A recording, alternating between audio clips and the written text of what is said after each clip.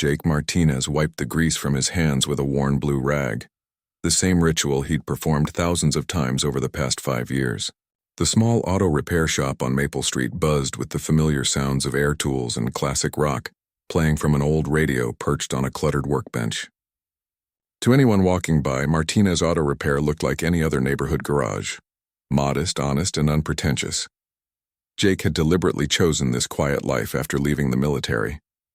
The shop's customers knew him as a soft-spoken man in his early 30s who could diagnose engine problems with an almost supernatural ability. He never talked much about his past, and people respected that in a small town like Millfield. When pressed about his military service, he'd simply say he did some time overseas and change the subject to carburetors or transmission fluid. The truth was far more complex. Jake had spent 8 years in the Army's most elite Special Operations Unit, Delta Force. He'd completed missions in Afghanistan, Iraq, and several countries he couldn't legally discuss even now. His official records were classified, buried so deep that even his VA benefits came through a separate, unmarked channel. The transition from midnight raids in hostile territory to changing oil filters had been jarring. But Jake found peace in the honest work and predictable routine. His shop employed 3 other mechanics: old Pete Kowalski, who'd been fixing cars since the Carter administration; Maria Santos, a young woman fresh out of trade school with nimble fingers and an intuitive understanding of modern electronics; and Tommy Chen, a former Marine who'd joined the team 6 months earlier. Tommy was the only one who suspected Jake might have more military experience than he let on. Noticing small things like how Jake unconsciously scanned rooms when he entered them, and his habit of parking where he could see all exits. The shop served a diverse clientele in their blue-collar neighborhood. There was Mrs. Henderson, an elderly widow who brought her ancient Buick in religiously every 3 months whether it needed service or not, just for the company and conversation. Miguel Ramirez stopped by twice a week with various delivery trucks from his catering business, always bringing homemade tamales for the crew. The local police brought their patrol cars for maintenance, and Jake had earned their respect by never overcharging and always being honest about what really needed fixing. Jake's personal life was deliberately simple. He lived in a small apartment above a diner 3 blocks from the shop, rode an old Harley-Davidson to work, and spent his evenings reading technical manuals or working out in a basement gym he'd set up with military precision. He dated occasionally but kept relationships casual, knowing that the nightmares and hypervigilance that came with his past weren't fair to share with someone who hadn't signed up for that kind of baggage. The irony wasn't lost on him that he'd gone from being one of the most lethal soldiers in the world to helping soccer moms figure out why their minivans made funny noises. But there was genuine satisfaction in solving mechanical puzzles and sending customers away with reliable vehicles and fair bills. The work was honest, immediate, and didn't require him to lie about what he did for a living. His military training hadn't entirely faded, though. Jake still maintained situational awareness that was second nature after years of operating in hostile environments. He noticed when the same car drove by the shop multiple times in a day. He automatically cataloged the exits and potential weapons in every room he entered. He kept himself in excellent physical condition, running 5 miles every morning before the shop opened and maintaining the combat. Skills that had once kept him alive in places most people couldn't find on a map. The other mechanics had grown comfortable with Jake's quiet leadership style. When disagreements arose about repair procedures or customer relations, they naturally looked to him for guidance. He never raised his voice or pulled rank, but there was something in his calm confidence that settled disputes and made decisions feel final. Pete often joked that Jake must have been an officer in the service, not knowing how close to the truth he was. The shop's reputation had grown steadily over the 5 years since Jake took it over from the previous owner. Word of mouth brought in customers from neighboring towns, drawn by fair prices and honest work. Jake had deliberately kept the business small, turning down opportunities to expand or franchise. He valued the personal relationships with customers and the manageable scope of operations that let him know every detail of what was happening in his space. As Tuesday morning started like any other, Jake arrived at the shop at 7:30, unlocking the bay doors and starting the coffee pot that would fuel the day's work. The first customers would arrive soon, and the familiar rhythm of diagnosis, repair, and customer service would begin again. He had no way of knowing that this particular Tuesday would test every skill he'd learned in 8 years of special operations, or that the quiet life he'd built was about to collide violently with the dangerous world he'd worked so hard to leave behind. The morning sun streamed through the shop's large windows as Jake pulled on his work coveralls, the name Jake embroidered in simple block letters on the chest pocket, hiding the identity of one of America's most highly trained warriors beneath the unremarkable uniform of a small-town mechanic. The morning progressed with its usual steady pace. Maria arrived at 8 sharp, already sipping a large coffee and reviewing the day's scheduled appointments on her tablet. Pete shuffled in 15 minutes later, grumbling good-naturedly about his arthritis acting up with the changing weather. Tommy rolled in just before 8:30 on his motorcycle, apologizing for being caught behind a school bus convoy that had slowed traffic to a crawl. Jake worked quietly under the hood of a 2015 Honda Civic, diagnosing a mysterious rattling noise that had its owner, a college student named Sarah, worried about expensive repairs.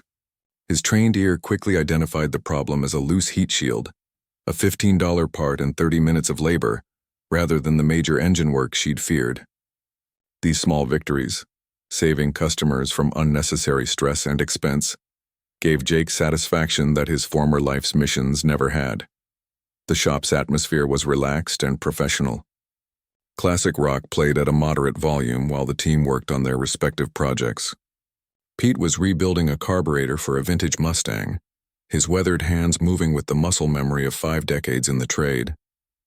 Maria had a newer Subaru up on the lift, running diagnostics on an electronic system that was throwing error codes seemingly at random. Tommy was rotating tires on a pickup truck, methodically checking each lug nut with the attention to detail Jake had noticed and appreciated when he hired him. Around 10:30, Mrs. Henderson arrived for her regular visit, bringing fresh-baked cookies and settling into the small customer waiting area with her knitting. She'd become something of a shop mascot, often staying for hours and chatting with whoever wasn't busy. Jake suspected she was lonely and enjoyed the companionship more than she actually needed automotive services, but he never minded. The shop had become a kind of community center for their corner of Millfield, and he took pride in that role. Miguel pulled up in one of his catering trucks just before 11, parking carefully to avoid blocking the customer entrance. Jake could smell the aroma of spiced meat and fresh tortillas even before Miguel opened his door. Tuesday was always Miguel's busiest day, with lunch deliveries across town, but he made time to stop by the shop when one of his vehicles needed attention.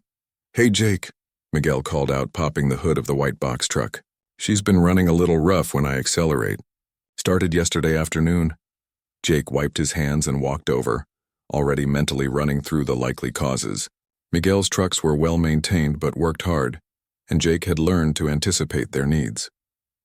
A quick listen to the engine revealed an irregular idle that suggested fuel delivery issues. Probably a clogged fuel filter that was restricting flow under load. While Jake worked on Miguel's truck, the normal rhythm of the shop continued around him. A few walk-in customers stopped by. A woman whose check engine light had just come on. A man whose air conditioning had stopped working despite the October heat wave. And a teenager with his first car who wanted someone trustworthy to look it over before he bought it. The teenager, Marcus, reminded Jake of himself at that age, excited about independence but overwhelmed by the complexity of mechanical systems he didn't understand. Jake took extra time explaining what he found during the inspection, teaching Marcus what warning signs to watch for, and basic maintenance tasks he could handle himself. Education was part of the service Jake provided, believing that informed customers made better decisions and felt more confident about their vehicles. Around noon, Tommy suggested ordering pizza for lunch, a Tuesday tradition that had evolved naturally over the months since he'd joined the team. They usually ate together in the shop's small office, discussing the day's work and sharing stories. Jake appreciated these moments of normalcy, the easy camaraderie that reminded him why civilian life was worth the adjustment period he'd endured. Pete regaled them with stories of cars from the 70s and 80s, when diagnosis meant listening to engines rather than plugging into computer systems. Maria shared updates about her night classes in automotive technology, always eager to learn about emerging systems and diagnostic techniques. Tommy talked about his weekend plans to go camping in the state park, inviting the others to join him for what he promised would be excellent fishing. Jake contributed to the conversation, but remained somewhat reserved, a habit formed by years of operational security requirements that were hard to shake. He found genuine pleasure in his colleagues' company, but maintained the emotional distance that had kept him alive in more dangerous circumstances. It wasn't intentional coldness, just the careful boundaries of someone who'd learned that getting too close to people could complicate life and death decisions. After lunch, the afternoon shift brought its own rhythm. The shop phone rang regularly with appointment requests and questions about repair estimates. Jake had earned a reputation for honest assessments, and people often called for second opinions when other shops had quoted major work. He took pride in these consultations, knowing that his integrity had built trust throughout the community. Around 2 o'clock, a black sedan with tinted windows drove slowly past the shop for the third time that day. Jake noticed it during his first pass but thought nothing of it. People often drove by several times when looking for specific addresses. The second pass, 40 minutes later, raised his awareness slightly. The third pass triggered instincts that 5 years of civilian life hadn't dulled. Something about the vehicle's deliberate pace and the way it seemed to be studying the shop rather than simply passing through struck him as surveillance rather than confusion about directions. Jake mentioned it casually to Tommy, who was working nearest the front windows. "You noticed that black car going by?" Tommy glanced up from the brake job he was completing. "Yeah, actually. Thought they might be lost or something. Same car? Looks like it. Probably nothing, but keep an eye out." The casual exchange didn't alarm the others, and Jake intended it that way. No need to create anxiety over what was most likely innocent behavior. But his internal alert level had shifted from condition white to condition yellow, the heightened awareness that had become second nature during his military years. He began paying more attention to his surroundings while continuing his work normally, a skill that had served him well in uncertain environments overseas. The black sedan's fourth pass came at 3:15, this time moving even slower. Jake was underneath a Ford Explorer, changing the oil filter, when he heard the distinctive low rumble of the vehicle's engine. He slid out from under the truck and walked casually toward the front of the shop, using the pretext of washing his hands at the utility sink near the windows. This time he got a better look at the occupants. 2 men in the front seats, both wearing dark clothing and sunglasses despite the overcast afternoon. The passenger was speaking into a cell phone while looking directly at the shop. The driver kept his attention on the road, but his head turned slightly as they passed, suggesting he was memorizing details about the building's layout and exits. Jake's military training had taught him to trust his instincts, and every instinct was now telling him that something was wrong. These weren't lost tourists or potential customers scoping out the competition. The deliberate nature of their surveillance, combined with their appearance and behavior, suggested they were planning something that required detailed knowledge of the shop's operations and layout. He continued his normal routine while mentally cataloging the shop's defensive possibilities.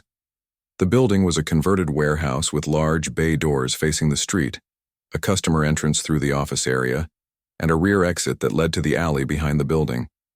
The office had reinforced glass windows that would slow but not stop determined intruders.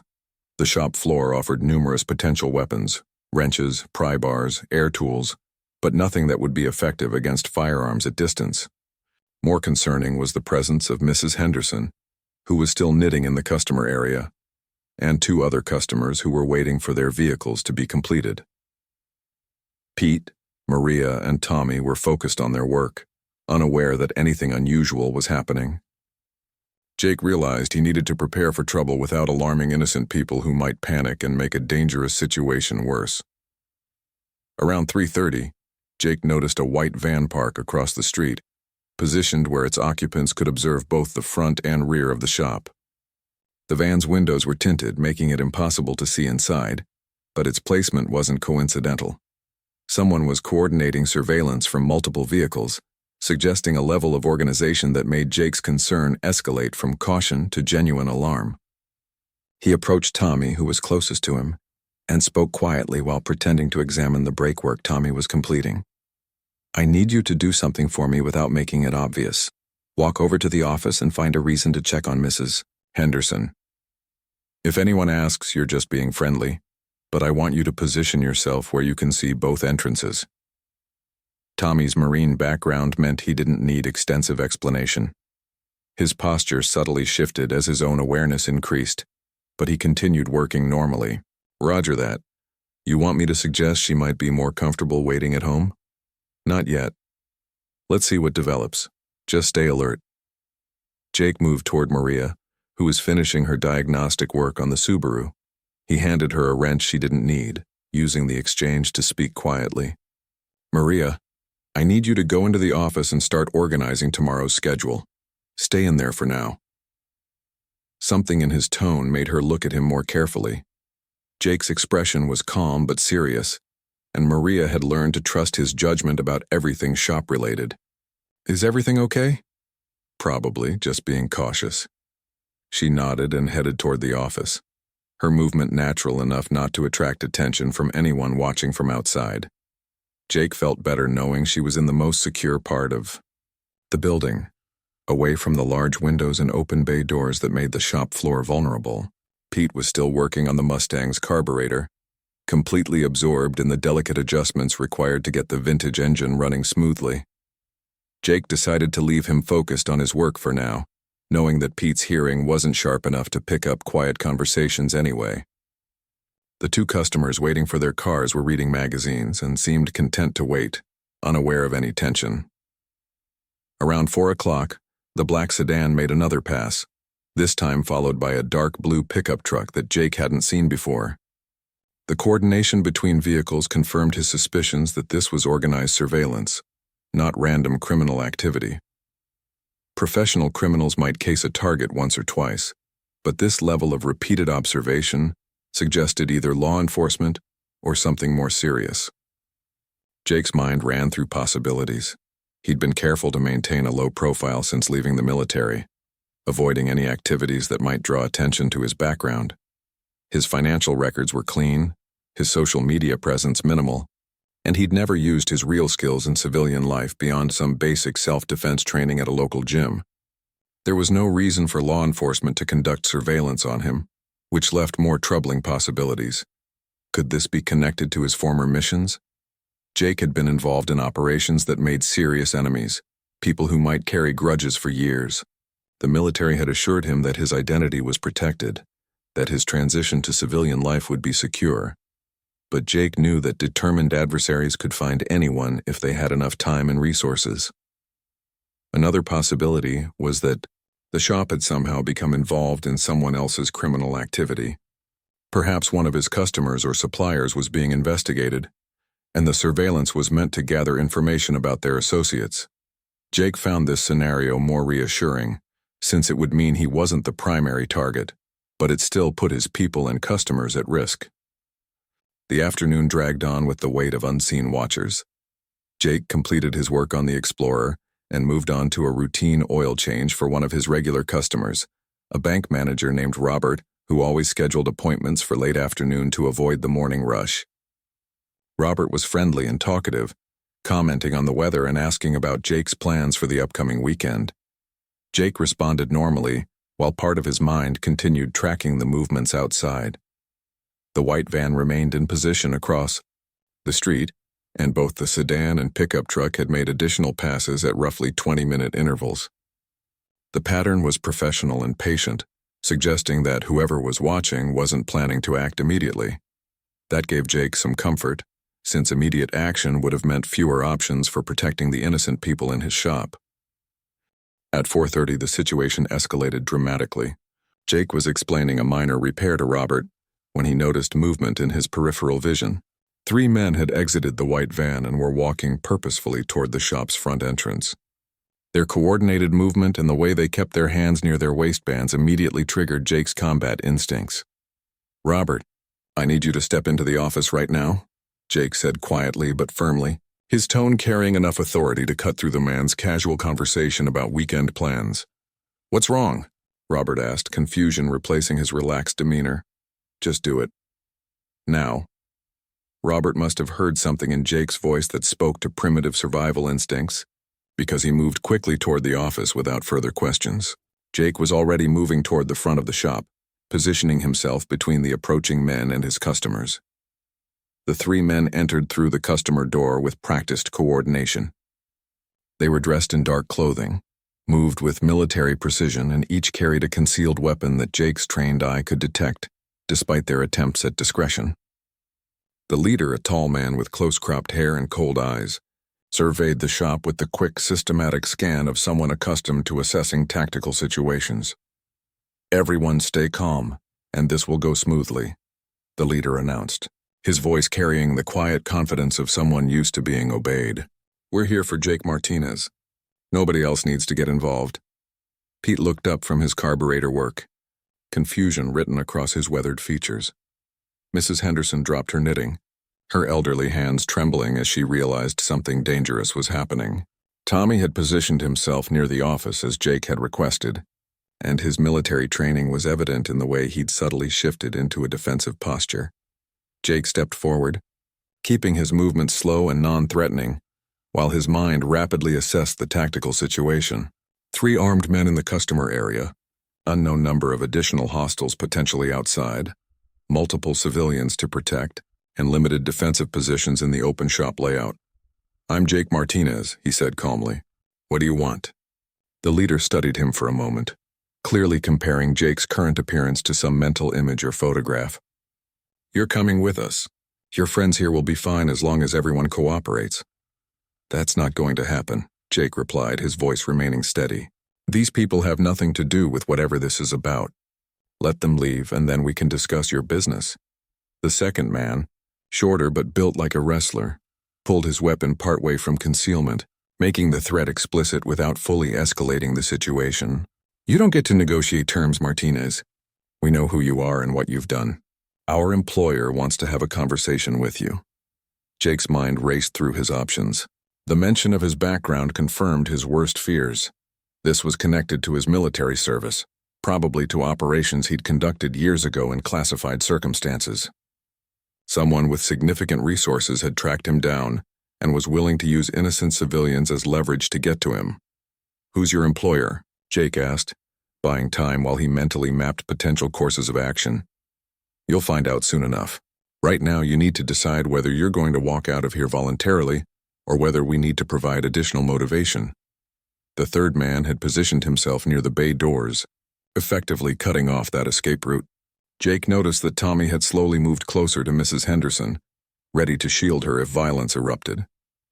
Maria was visible through the office window, her face pale but composed as she undoubtedly was calling for help on her cell phone.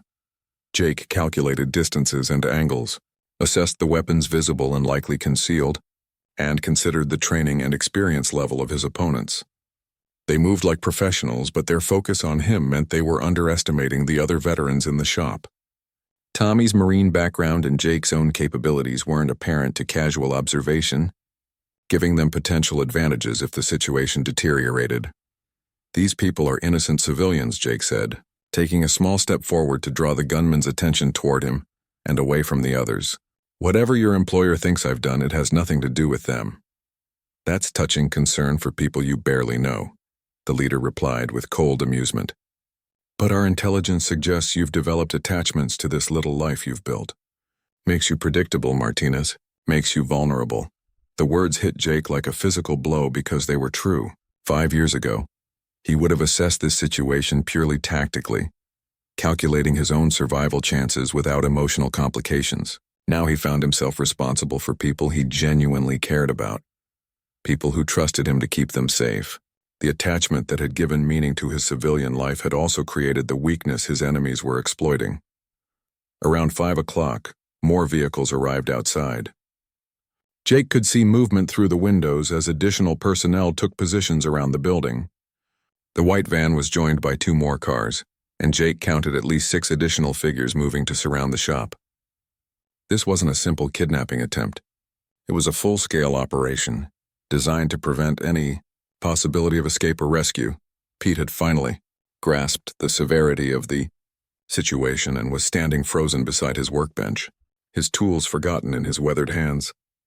Mrs. Henderson was quietly crying, her knitting forgotten on the floor beside her chair. Robert remained in the office with Maria, both of them smart enough to stay out of sight and hopefully out of danger. "You've got 30 seconds to decide." "Martinez," the leader announced, checking his watch with theatrical precision. "Walk out with us now or we start making this unpleasant for everyone here." Jake knew he was out of good options. Fighting back meant risking the lives of innocent people in a confined space against overwhelming odds. Surrendering meant leaving those same people potentially defenseless and walking into whatever trap his enemies had prepared. Neither choice offered acceptable outcomes, but Jake's Delta Force training had prepared him for impossible decisions. He took another step forward, projecting calm confidence while his mind worked through the tactical problem at combat speed. The next few minutes would determine whether 5 years of peaceful civilian life had been worth the price everyone in the shop might pay for his past. Jake's 20 seconds of decision time stretched like hours as his combat-trained mind shifted into operational mode. Years of muscle memory and tactical thinking that civilian life had only temporarily suppressed suddenly surged back with crystal clarity. The quiet mechanic who'd spent 5 years changing oil and diagnosing engine problems disappeared, replaced by the special operations soldier who'd survived impossible odds in hostile territory. "All right," Jake said, raising his hand slowly in apparent surrender. "I'll come with you. Just let these people go first." The leader smiled coldly, believing he'd won. "That's the smart choice, Martinez. Your friends can leave after we're gone. Can't have them calling for help too quickly." But Jake had already made his real decision. As he raised his hands, he'd positioned himself optimally for what came next. His left foot was planted for maximum leverage, his weight balanced for explosive movement, and his peripheral vision had cataloged every weapon, obstacle, and friendly position in the shop. "Tommy," Jake said quietly, his voice carrying a tone that the former Marine would recognize instantly. "Get down!" The words triggered immediate action. Tommy dropped and rolled toward Mrs. Henderson, pulling the elderly woman from her chair and shielding her behind a tool cabinet. Pete, understanding from Tommy's movement that violence was imminent, dove behind his workbench with surprising agility for his age. Jake's attack began before the gunman could process what was happening. 5 years of civilian life hadn't diminished the muscle memory that had been drilled into him through thousands of hours of training. He exploded forward and slightly left, targeting the leader who was closest and posed the greatest immediate threat. The leader tried to draw his weapon, but Jake was already inside his reaction time. A brutal elbow strike to the solar plexus folded the man forward, and Jake's follow-up knee strike to the face dropped him unconscious to the concrete floor. The entire sequence took less than 2 seconds, moving with the fluid violence that had made Delta Force operators legendary. The second gunman, the wrestler-built man who'd partially drawn his weapon earlier, was already bringing his pistol to bear when Jake continued his momentum into a diving tackle. They crashed into a rolling tool cabinet, scattering wrenches and diagnostic equipment across the floor. The impact drove the breath from both men, but Jake recovered faster, using his superior position to drive his elbow into the gunman's wrist, forcing him to drop his weapon. The third man, positioned near the bay doors, had the best angle and the most time to react. His weapon was already drawn and aimed when Tommy's voice cut through the chaos. "Gun!" Jake rolled left as the pistol cracked, the bullet sparking off concrete where he'd been a moment before. The third gunman was adjusting his aim when a wrench thrown with surprising accuracy by Pete struck him in the shoulder, spoiling his shot. Jake used the distraction to close distance, moving in the irregular pattern that made him difficult to target. The gunman got off one more shot that went wide before Jake reached him. A quick disarming technique learned in close-quarters combat training sent the pistol skittering across the floor. Jake's follow-up strikes were precise and devastating, dropping the third man unconscious beside his companions. The entire fight had lasted less than 30 seconds, but Jake knew it was far from over. The gunshots would have alerted the teams outside, and they'd be moving to enter the building within moments. He quickly gathered the 3 weapons, checking their magazines and chambers while his mind shifted to the next phase of the tactical problem. "Everyone stay down," Jake commanded, his voice carrying the authority of someone accustomed to life-and-death command decisions. "Tommy, can you get Mrs. Henderson and the others to the office?" "Roger that," Tommy replied, already helping the shaken elderly woman to her feet. Pete emerged from behind his workbench, his face pale but determined. "Jake, what the hell is going on?" Pete demanded. "Who are these people?" "Questions later. Right now we need to get everyone to safety." Jake was already moving toward the windows, staying low to observe the positions of the remaining hostiles outside. "Maria, are you okay in there?" "We're fine," came the muffled reply from the office. "I called 911, but they said it would be at least 10 minutes before units arrive." 10 minutes might as well have been 10 hours in the current situation. Jake counted at least 6 more figures positioned around the building, all armed and now aware that their simple kidnapping operation had become a firefight. They'd be coordinating their assault, probably breaching from multiple directions to overwhelm any resistance. The office offered the best defensive position in the building, with reinforced walls and limited access points, but it also created a trap if the hostiles decided to use explosives or simply wait out a siege. Jake's military experience suggested these weren't random criminals. Their organization, equipment, and tactical approach indicated professional operatives with significant resources and training. Through the front windows, Jake could see movement as the external teams repositioned for assault. They were taking their time, probably waiting for orders from whoever was running the operation. The unconscious leader's radio crackled with urgent voices demanding status updates, confirming that this was a coordinated operation with command structure and contingency plans. Jake quickly assessed their defensive capabilities. 3 weapons with limited ammunition, 1 trained veteran ally, several civilians to protect, and a building that offered poor defensive positions against a numerically superior enemy. The situation was tactically challenging, but Jake had faced worse odds during his military service. "Tommy, I need you to help me move these 3 to the office," Jake said, indicating the unconscious gunman. "We're going to use them as bargaining chips." Together, they dragged the 3 men to the office area, where Maria and Robert helped secure them with zip ties from the shop's supply cabinet. Mrs. Henderson, though shaken, insisted on helping by keeping watch through the office window. "I may be old," she said with surprising steel in her voice, "but I can still see perfectly well, and I know every police officer in this town by name." Jake found himself impressed by the courage his people were showing under extreme stress. None of them had asked to be involved in whatever vendetta had followed him from his past, but they were responding with remarkable composure and loyalty. It reinforced his determination to get them all through this alive, regardless of what it cost him personally. The standoff stretched for several minutes as Jake tried to establish communication with the hostile forces outside. He used the leader's radio to make contact, identifying himself and proposing to negotiate for the safe release of the civilians. The response came from a voice with a slight accent that Jake couldn't immediately place, speaking with the calm professionalism of someone accustomed to managing complex operations. "Sergeant Martinez, you've complicated what should have been a simple extraction. Our employer simply wants to have a conversation about certain operations you conducted in Afghanistan between 2018 and 2020. The time frame confirmed Jake's suspicions about the source of this threat. Those had been particularly sensitive missions, involving high-value targets and classified intelligence that could embarrass or endanger people in very high places if it ever became public. Someone was worried that Jake might decide to share information about operations that officially never happened. "I don't know what your employer thinks I might say, but I've never violated my security clearances," Jake replied into the radio. "I left the service quietly and I've stayed quiet. This is unnecessary, perhaps, but recent intelligence suggests you've been having nightmares talking in your sleep. Your neighbor in the apartment upstairs has been very helpful about your nocturnal habits." The words hit Jake like ice water. Someone had been watching him for months, gathering intelligence about his daily routines and personal vulnerabilities. They knew about the apartment, his habits, probably his schedule and regular activities. This wasn't a recent decision. It was the culmination of a long-term surveillance operation. "Even if that's true, I don't have any information that threatens anyone. Those operations are buried in classified files. I was just a trigger puller following orders." "That's where you're wrong, Sergeant. You were the primary intelligence gatherer for Operation Sandstorm.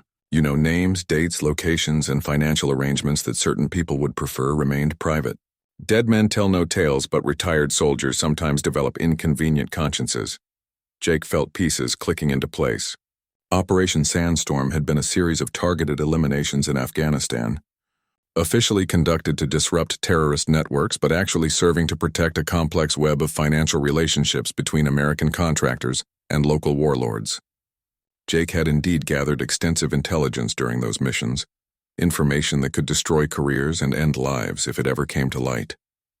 The radio crackled again. "You have 2 minutes to come out voluntarily. After that, we come in, and civilian casualties become acceptable losses in service of operational security." Jake looked around the office at the people who'd become his chosen family over 5 years of civilian life. Pete sat quietly beside his workbench, still clutching a wrench like a talisman. Mrs. Henderson maintained her watch at the window with surprising calm, occasionally reporting movement outside. Maria and Robert huddled near the office desk, scared but trying to stay useful. Tommy checked and rechecked their improvised fortifications, his Marine training evident in his systematic approach to defensive preparation. These weren't trained soldiers who'd accepted the risks of military service. They were innocent people whose only crime was trusting a man who'd tried to leave his violent past behind. Jake realized that his attempt to build a normal life had ultimately put them in more danger than if he'd remained in military service. "What's the play, Jake?" Tommy asked quietly, understanding that command decisions were required and trusting Jake's judgment despite not fully understanding the situation. Jake weighed their limited options. The hostile forces outside clearly had orders to eliminate him, regardless of civilian casualties. Surrender would only guarantee his death and probably theirs as well, since they'd become witnesses to an operation that officially didn't exist. Fighting offered poor odds, but at least gave them some control over their fate. "We hold position until the police arrive," Jake decided.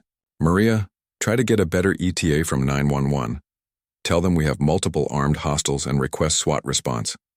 "They're saying 8 minutes now," Maria reported after a brief phone conversation. "They're treating this as an active shooter situation."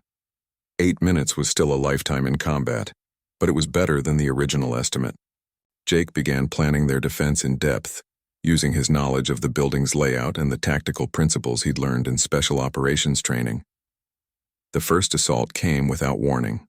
Flashbang grenades crashed through the front windows, filling the shop with blinding light and deafening noise. Jake had anticipated this and had positioned everyone away from the windows, but the disorientation was still significant. Through the ringing in his ears, he heard the distinctive sound of multiple entry teams breaching the bay doors simultaneously. "Stay down and stay quiet," Jake commanded, moving to a position where he could observe the shop floor through a gap in the office's reinforced wall. The hostile forces were moving with professional coordination, clearing the space systematically and searching for targets. Jake counted 4 operators, all armed with military-grade weapons and moving with the fluid precision of special operations training. They were good, possibly former military themselves, which explained their tactical sophistication and coordination. This wasn't a criminal operation. It was a black ops mission conducted with professional standards and equipment. The team leader used hand signals to coordinate their search, checking behind equipment and under vehicles where targets might be hiding. When they didn't find Jake and the others in the main shop area, they began moving toward the office with weapons raised and ready. Jake made his decision. Waiting for them to breach the office would mean fighting in close quarters with civilians in the line of fire. Better to engage them in the more open shop area where he had more room to maneuver, and could draw their attention away from the others. "Tommy, if something happens to me, get everyone out through the rear exit and don't look back," Jake said quietly. "Call the FBI when you're safe and tell them about Operation Sandstorm. They'll know what it means." Before Tommy could respond, Jake was moving. He slipped out of the office through a maintenance door that opened onto the shop floor behind the hostile team's position. Years of training in close quarters battle took over as he engaged the enemy on terms of his choosing, using surprise and superior knowledge of the terrain to even the odds. The final phase of the battle was about to begin, and Jake was no longer thinking like a civilian mechanic trying to protect his peaceful life. He was once again Sergeant Jake Martinez, Delta Force operator, with a mission to complete and people to protect. Jake moved through his own shop like a predator in familiar territory, using every piece of equipment and every shadow to his advantage. The 4-man assault team was professionally trained, but they were operating in unfamiliar terrain against an opponent who knew every square inch of the building. Years of Delta Force training in urban warfare and close-quarters combat flowed back through muscle memory that civilian life had never truly erased. The first hostile never saw him coming. Jake materialized from behind a lift like a ghost, his captured weapon pressed against the man's neck before he could react. A quick, silent takedown left the operative unconscious on the concrete floor, his equipment redistributed to Jake's tactical advantage. The remaining 3 operators realized they'd lost contact with their teammate and began moving more cautiously, checking corners and maintaining better communication. But Jake was already repositioning, using the shop's layout to attack from unexpected angles while staying mobile enough to avoid their coordinated response. The second engagement came when Jake used a pneumatic tool to create a distraction, drawing two operators toward the sound while he flanked their position.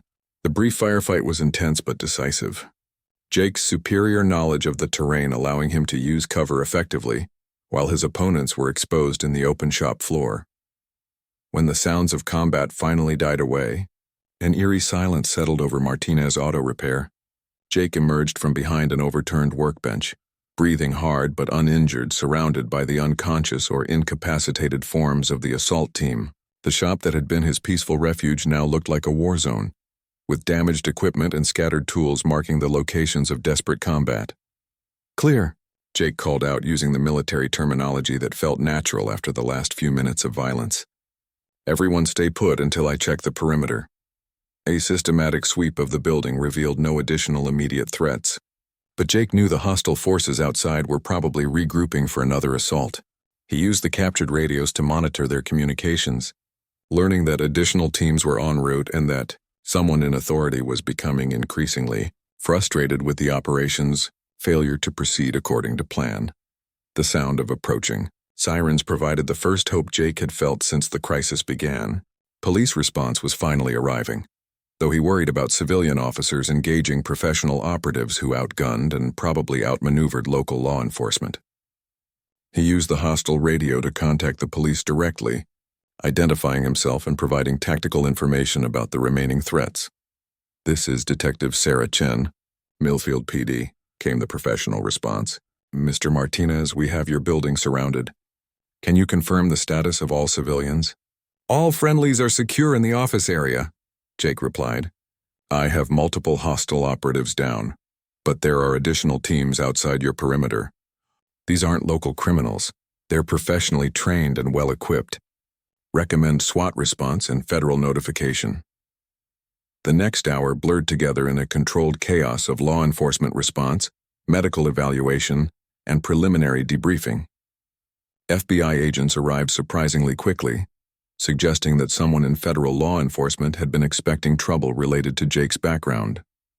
The hostile operatives who survived were taken into federal custody, their equipment and vehicles providing evidence of a sophisticated operation with significant financial backing.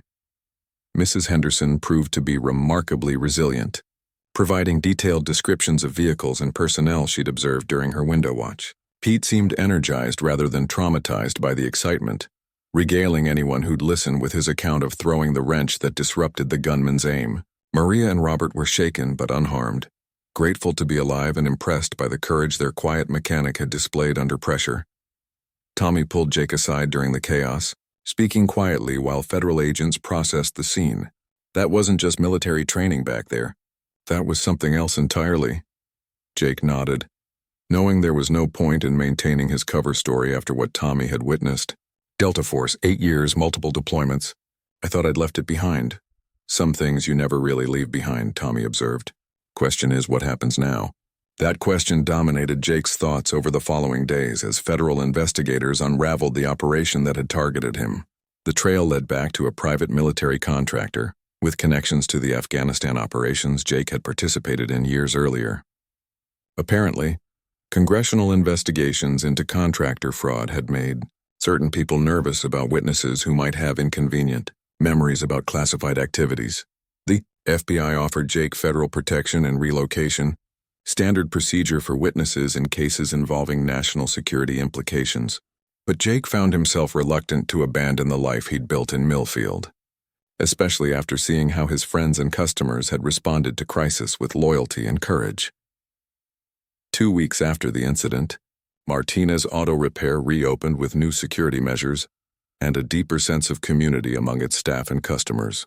Jake had been honest with everyone about his background, and rather than driving people away, the revelation seemed to deepen their respect and trust. Pete joked that he'd always known there was something special about Jake's diagnostic abilities. Mrs. Henderson brought even more cookies and appointed herself the shop's unofficial security.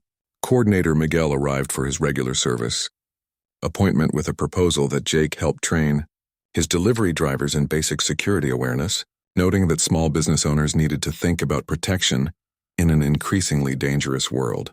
Other customers began asking for Jake's advice on personal safety measures, recognizing that his expertise extended far beyond automotive repair. Jake realized that his attempt to completely separate his military experience from his civilian life had been both impossible and unnecessary. The skills that had made him an effective special operations soldier, leadership, protective instincts, calm decision-making under pressure, were exactly the qualities that made him valuable to his community in peacetime. The shop continued to thrive, but with a new understanding of what it meant to be part of a community that looked out for each other. Jake remained the quiet mechanic who could diagnose engine problems with uncanny skill. But now everyone knew that the man under the hood was also someone who would risk everything to protect the people he cared about. The secret was out, but rather than ending his peaceful life, it had somehow made that life more meaningful and secure than ever before. In the end, Jake Martinez had learned that you can't truly leave your past behind, but you can choose how to use it in service of the future you want to build.